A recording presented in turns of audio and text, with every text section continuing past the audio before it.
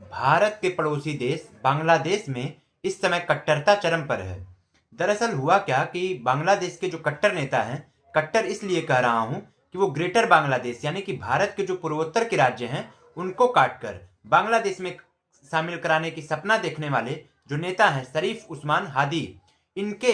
हत्या होने के उपरांत वहां पर जो भीड़ है वो उग्र हो गई, कट्टरपंथियों की भीड़ उग्र हो गई और एक आम जनमानस हिंदू जो वहां अल्पसंख्यक की भूमिका में है, उसको न केवल पकड़ा गया बल्कि जिंदा जला दिया गया। जबकि उस व्यक्ति का यानी कि दीपचरण दास जी का इस घटना से किसी प्रकार का कोई लिंक नहीं है। और हैरानी की बात तो यह है कि यूएस यानी कि जो यूनाइटेड स्टेट्स है, जो आम नेता यानी कि किसी सामान्य नेता के निधन पर दुख तक न व्यक्त करता हो, वो उस कट्टरपंथी नेता की हत्या पर दुख व्यक्त किया है। इसके साथ साथ भारत के विदेश मंत्रालय ने जब फटकार लगाई तो बांग्लादेश की जो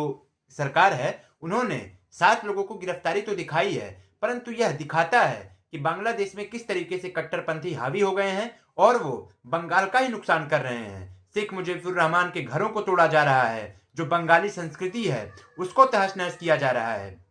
ऐसा नहीं कि वो कोई भारत का कार्यालय है, लेकिन उसके बाद भी वो भीड़ जिस भी तरीके से जो बांग्लादेश की प्राचीन सभ्यता संस्कृति है उसको नष्ट करने के काम कर रही है। बांग्लादेश की घटना से ये सीख लिया जा सकता है कि किसी भी देश में कट्टरता अगर हावी हो जाएगी तो उस देश के लिए बहुत ही नुकसानदेह है।